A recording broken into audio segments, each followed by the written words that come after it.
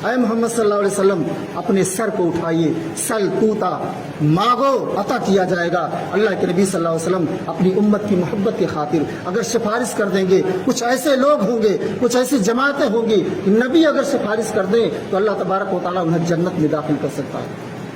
اللہ کے نبی سفارش کریں گے، اے رب العالمین ہم نے جو دعا چھپا کر کے رکھا تھا، آج وہی دعا ہم تجھ سے مانگ رہے ہیں کہ میری امت کو بخش دیا جائے، میری امت کو معاف کر دیا جائے۔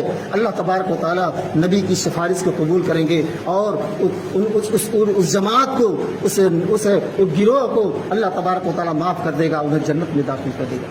یہ ہمارے نبی کی شان ہے میرے دوستوں، یہ ہمارے نبی کی جو ہے شان ہے جو اللہ تبارک و تعالیٰ نے آپ کو عطا فرمایا ہے۔ اللہ کے نبی صلی اللہ علیہ وسلم کی ذات کوئی معمولی ذات نہیں ہے، آپ کی ہستی کوئی معمولی ہستی نہیں ہے۔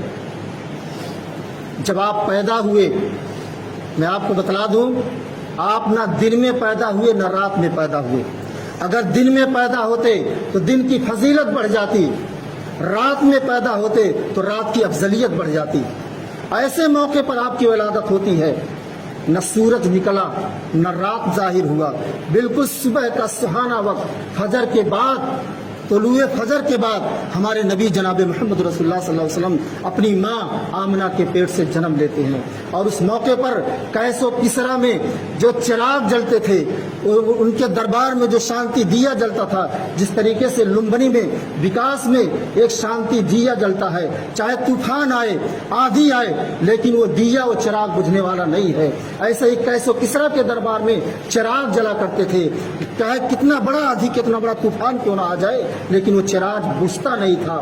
ہمارے نبی جناب محمد رسول اللہ صلی اللہ علیہ وسلم جب دھرتی گرے، زمین پر آپ آئے، پیدا ہوئے آمنہ کے پیٹ سے، وہ چراغ بجھ جاتا ہے۔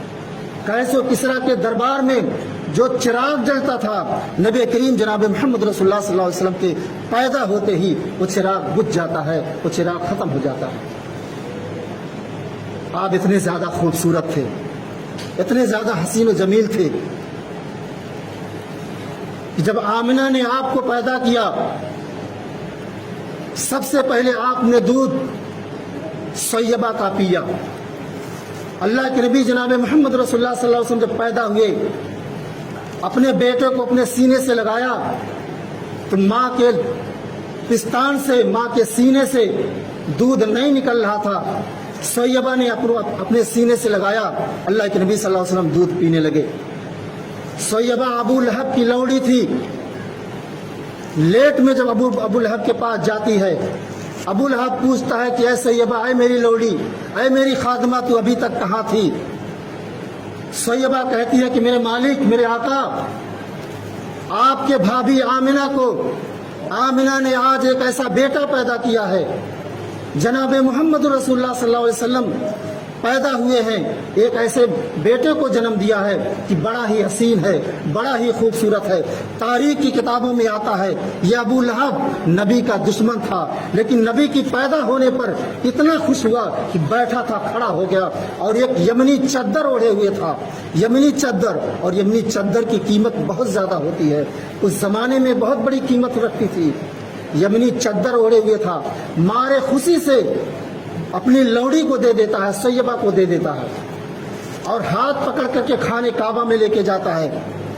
کہتا ہے کہ اے سیبہ، آج تک تم میری غلامی کے اندر تھی، میری بادی بن کر کے تھی، میری لوڑی بن کر کے تھی، لیکن آج خانے کعبہ کے سامنے اعلان کرتے ہیں کہ آج سے تم آزاد ہو، آج سے تم فری ہو۔ آج میں اعلان کرتا ہوں کہ میں سیبہ کو آزاد کرتا ہوں۔ مارے خوشی سے محمد رسول اللہ صلی اللہ علیہ وسلم کی پیدائش پر مارے خوشی سے ابو لہب اپنی خادمہ کو آزاد کر دیتا ہے۔ اللہ کے نبی جناب محمد رسول اللہ صلی اللہ علیہ وسلم جب 4 برس کے ہوئے، آپ اپنی ماں کے پیٹ میں تھے، 7 مہینے کے تھے، باپ کا دیہانت ہو گیا، باپ کا انتقال ہو گیا۔ آپ نے اپنی باپ کی شکل کو نہیں دیکھا، اپنے باپ کا چہرہ نہیں دیکھا۔ 4 سال کی عمر تک پہنچے، 4 سال سے پہلے حلیمہ نے آپ کی پرورش کی، خدمت کی۔ اس سے پہلے جو واقعات پیش آئے، شق الصدر سینہ آپ کا چیرا گیا، بکری چرانے کے لیے پہاڑ پہ جب آپ گئے، سفید رنگ کا ایک کپڑا پہن کر کے ایک انسان آیا. اللہ کے نبی جناب محمد رسول اللہ صلی اللہ علیہ وسلم سے آپ کا نام پوچھا. کہا میرا نام محمد ہے. پکڑ کر کے ہاتھ پہاڑ پہ لے کے گیا اور وہی پہاڑ پہ پٹک کر کے آپ کا سینہ چیر دیا. اس کے اندر جو غلاظت تھی, دل کے اندر جو لوتھڑے تھے, سارا غلاظت کو نکال کر کے باہر پھینک دیا. اس کے اندر سونے کا ایک تشت کٹورے کی شکل میں تھا, اندر میں ڈال کر کے آپ اوپر سے سینے کے اوپر ہاتھ پھیر دیا. اللہ کے نبی جناب محمد رسول اللہ صلی اللہ علیہ وسلم چھوٹے سے تھے, 3 سال کے تھے. شیما جو آپ کے ساتھ بکریاں چرانے گئی تھی, جو حلیمہ سعدیہ کی بیٹی تھی, دوڑتے ہوئے گھر پہ آئی. حلیمہ سے کہتی امی جان محمد تو قتل کر دیے گئے, محمد تو مار دیے گئے. حلیمہ دوڑتی ہوئی آتی ہے, جناب محمد رسول اللہ صلی اللہ علیہ وسلم کو دیکھتی ہے کہ آپ کا رنگ بدلا ہوا ہے, چہرے کا رنگ پھیکا پڑ رہا ہے. کہا بیٹے کیا معاملہ ہے, کیا حال ہے؟ کہا اماں جان مجھے پتہ نہیں, ایک آدمی آیا, میرا ہاتھ پکڑ کر کے پہاڑ کی جانب لے گیا, مجھے پٹکا, میرا سینہ چیرا اور اندر سے کچھ لوتھڑے قسم کے, کچھ گوشت کے شکل میں کچھ چیزیں نکالی اور اس کو دھلا. میرے دل کو نکالا گیا, میرے کلیجے کو نکالا گیا. اس کو پانی سے دھلنے کے بعد فرشتے نے اسے پیک کر دیا. اس کو میں اپنی آنکھوں سے دیکھ رہا تھا. حلیمہ کہہ رہی تھی بیٹے تم کیا اپنی آنکھوں سے دیکھ رہے تھے؟ کہا اماں جان ہم اپنی آنکھوں سے ساری چیزیں دیکھ رہے تھے. مارے ڈر کی وجہ سے حلیمہ آپ کو مکہ آپ کی والدہ کے پاس لے کے چلی جاتی ہے, کیونکہ اس زمانے میں مکہ کے آب و ہوا ٹھیک نہیں تھے, بیماریاں وبا پھیلی ہوئی تھی. لوگ اپنے بچوں کو دیہاتوں میں بھیج دیا کرتے تھے تاکہ پرورش کریں, میرا بیٹا پلے بڑھے اور دیہات کی آب و ہوا پا کر کے تندرست ہو جائے, موٹا ہو جائے. اسی لیے شہر کے لوگ, مکہ شہر کے لوگ اپنے بیٹے کے پیدا ہونے کے بعد دیہاتوں میں بھیج دیا کرتے تھے. اللہ کے نبی جناب محمد رسول اللہ صلی اللہ علیہ وسلم کی عمر جب 4 برس کی ہو جاتی ہے, آپ کی والدہ محترمہ آپ کو لے کر کے آپ کے نانا کے گھر, آپ کا ننیحال کہاں ہے؟ آپ پیدا ہوئے مکہ میں, آپ کا ننیحال مدینہ میں ہے. مدینہ لے کر کے آتی ہے, آپ اپنے ماموں کے گھر آتے ہیں, اپنی نانا کے گھر آتے ہیں. 1 مہینے تک آپ مدینہ میں رکتے ہیں. جب آپ کی عمر 6 برس کی ہو جاتی ہے, زاد المعاد میں علامہ ابن قیم نقل کرتے ہیں, آپ کی والدہ لے کر کے آپ کو ننیحال سے ماموں ماما کے گھر سے جب واپس لے کر کے مکہ آتی ہیں, مکے کے راستے میں ایک جگہ مقام ابوا پڑتا ہے جہاں عبداللہ دفن کیے گئے ہیں. آپ کے ابا کا جہاں انتقال ہوا ہے, جہاں قبر شریف ہے. جب آمنہ آپ کو اس قبر کے لے سے گزرتی ہے, پوچھتی ہیں بیٹے تم ہمیشہ پوچھا کرتے تھے کہ تمہارے ابو کہاں ہے, آج چلو میں تمہارے ابو سے تمہاری ملاقات کرواتی ہوں. اس یتیم بیٹے جناب محمد رسول اللہ صلی اللہ علیہ وسلم کو لے کر کے آمنہ رضی اللہ تعالیٰ عنہ جب لے کر کے اپنے باپ کی قبر سے جاتی ہیں, آمنہ کہتی ہیں کہ بیٹے دیکھ کہ تیرے باپ قبر کے اندر سوئے ہوئے ہیں. اللہ کے نبی فرماتے ہیں کہ اس وقت میری عمر 6 سال کی تھی. 6 سال کا لڑکا اتنا تو جان ہی سکتا ہے کہ قبر میں سویا ہوا, مٹی میں سویا ہوا آدمی دوبارہ زندہ نہیں ہوتا, وہ مر چکا ہے.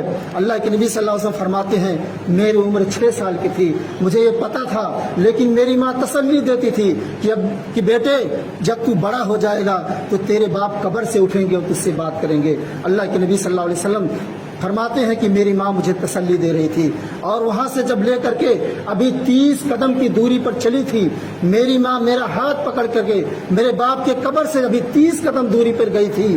میری ماں نے وہاں سے پلٹ کر کے دیکھا, اپنے شوہر کے قبر کے جانب پلٹ کر کے دیکھا, وہاں سے دوڑتے ہوئے آئیں, قبر پہ لپٹ جاتی ہیں اور گرتی ہیں, ہارٹ اٹیک ہوتا ہے. وہی آمنہ کا جان نکل جاتا ہے, وہی انتقال ہو جاتا ہے. اللہ کے نبی صلی اللہ علیہ وسلم فرماتے ہیں کہ میں نے اپنے باپ کی شکل کو نہیں دیکھا, 7 مہینے کا تھا ماں کے پیٹ میں, میرے باپ کا انتقال ہو گیا. 6 مہینے کے جب ہوا, میری ماں مجھے لے کر کے اپنے باپ کی قبر پہ جب گئی, وہیں پر میری ماں کا انتقال ہو گیا.